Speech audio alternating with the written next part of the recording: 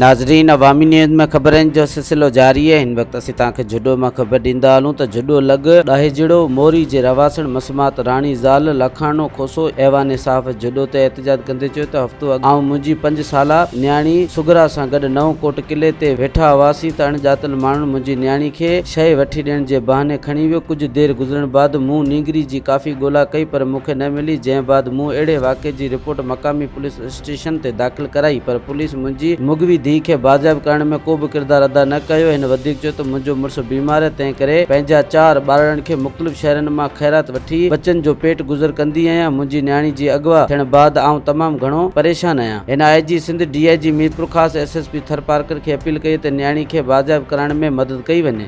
तुंहिंजो छा नालो आहे? राणी। किथे वेठा आहियो तव्हां? छा मसइलो थियो आहे?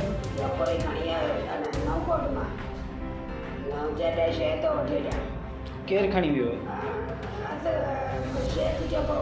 छा नालो आहे? असगर शेख। छो छाजे लाइ वठी वियो आहे? छोकिरी जेका वई आहे उहा केॾी आहे? हा 4 साल जी। घणा ॾींहं थिया आहिनि? 2 ॾींहं थिया आहिनि।